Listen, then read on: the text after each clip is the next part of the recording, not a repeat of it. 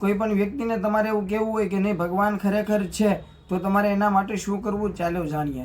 સૌથી પહેલાં તો તમે કોઈ દેવી અથવા તો દેવને જે કોઈ પણ વ્યક્તિને માનતા હોય, જે કોઈ પણ ભગવાનને તમે માનતા હોય,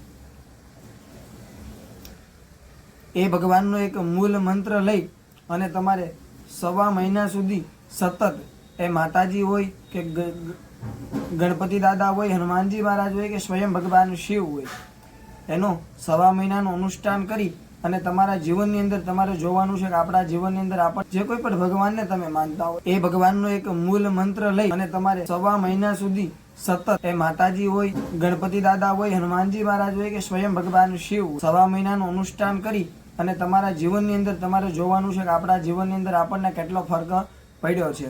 તો ચાલો જાણીએ। તમે કોઈ ગણપતિ દાદાની ઉપાસના કરવા માંગતા હોય તો ઓમ ગંગણપતયે નમઃ મંત્રનો જપ કરવો। જો હનુમાનજી મહારાજને માનતા હોય ઓમ હમ હનુમંતયે નમઃ અથવા તો ઓમ રામદૂતાય નમઃ, શિવજીનો ઓમ નમઃ શિવાય અને માતાજી ઓમ એમ રીમ ક્લીમ ચામુંડાય વિચ્ચે નમઃ, આ મંત્રનો જપ કરવો જોઈએ।